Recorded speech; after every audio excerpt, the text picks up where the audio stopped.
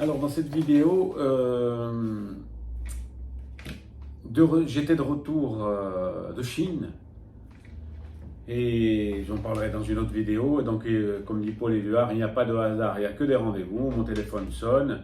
Étienne, est-ce que tu souhaiterais pas participer à une séance de méditation à Porto Vecchio? Il y a un petit groupe qui s'est formé. Je n'avais entendu parler il y a quelque temps par une autre personne, et là voilà, on me dit on est en train de se structurer, on va mettre ça sous l'égide de l'OMT, Opening Mindfulness Training, donc c'est une méditation laïque qui a des origines assez anciennes, etc. Donc évidemment, je revenais de Chine, des Bouddhas, j'avais visité tout ça, donc les bouddhismes, les malas, les colliers malas de 108 perles. Donc voilà, je suis descendu, donc le rendez-vous était pris, rendez-vous avec David Tcheki, qui était un jeune lama, un français. Alors, un lama c'est quoi? C'est quelqu'un qui a pratiqué une retraite déjà, au minimum de 3 ans, 3 mois, 3 jours. Et s'il est resté en retraite pendant 3 ans, 3 mois, 3 jours, il a le titre de lama. Après, il y en a qui restent plus. Donc voilà, donc déjà, respect, hein, quand vous restez 3 mois, 3 ans, 3 mois, 3 jours, déjà rester une semaine, puisque moi je pratique des retraites d'une semaine, c'est quelque chose, mais 3 ans, donc voilà. Donc il était en train de créer cette structure avec vraiment ce qu'on appelle ça, c'est un loka. Donc un loka, c'est un centre de méditation, de prière, de recueillement, donc bien structuré, et donc avec un projet de construire, il me montre les plans.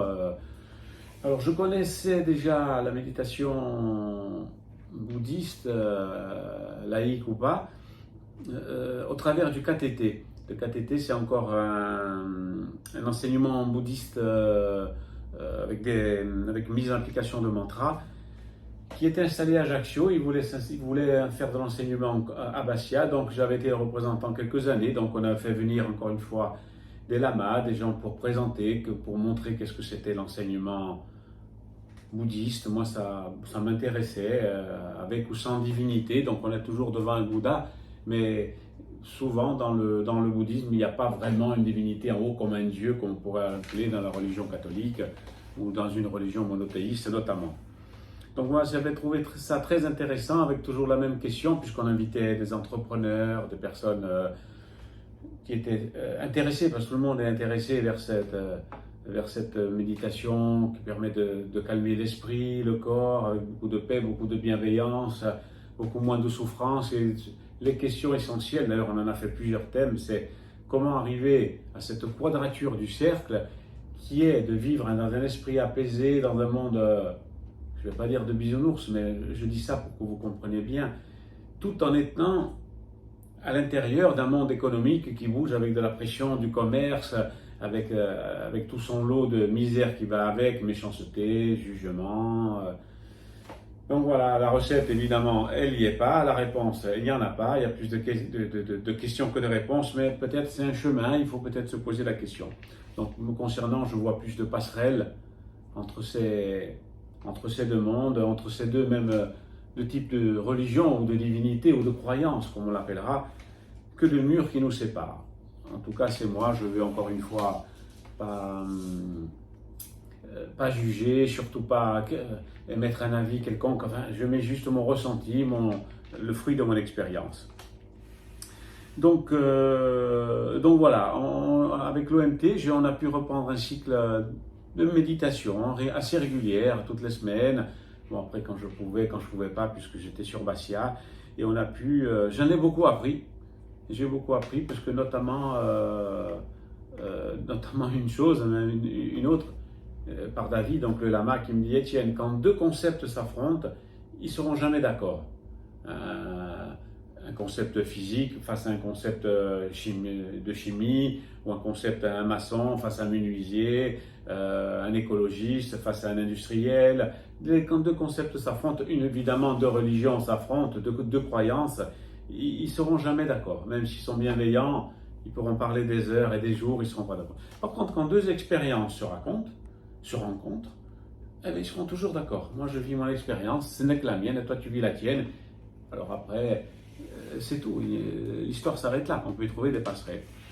Donc voilà, David aussi m'avait sensibilisé de bien faire attention, et ça j'en suis conscient, et enfin, je me rends compte maintenant que depuis une dizaine d'années maintenant, il y a vraiment une sorte d'un nouveau paradigme qui se met en place, où ce développement personnel, où cette méditation apparaît de partout, des mantras, donc tout le monde maintenant se met enseignant bouddhiste, enseignant méditation, pleine conscience, yoga, tout ce qu'on veut, et c'est souvent des fois des charlatans, puisqu'au bout après avoir pris quelques heures de cours ou quelques semaines de cours sur Internet, eh ben, comme ça, il faut rencontrer des gens, et c'est là qu'on peut arriver à la complexité. Donc c'est un peu cet effet de mode New Age qu'on appelle, et David me dit, franchement, quand il y a des nouvelles choses qui t'intéressent, des nouvelles filières, des nouvelles philosophies, des nouvelles enseignements méditatifs, prends garde au moins à t'assurer quelle est votre lignée. C'est-à-dire, vous êtes descendant de quel type de lignée, montrez-moi vos racines. Donc voilà, ça c'est le premier point. Si le type il dit, moi je ne sais pas, donc voilà, il faut se retirer.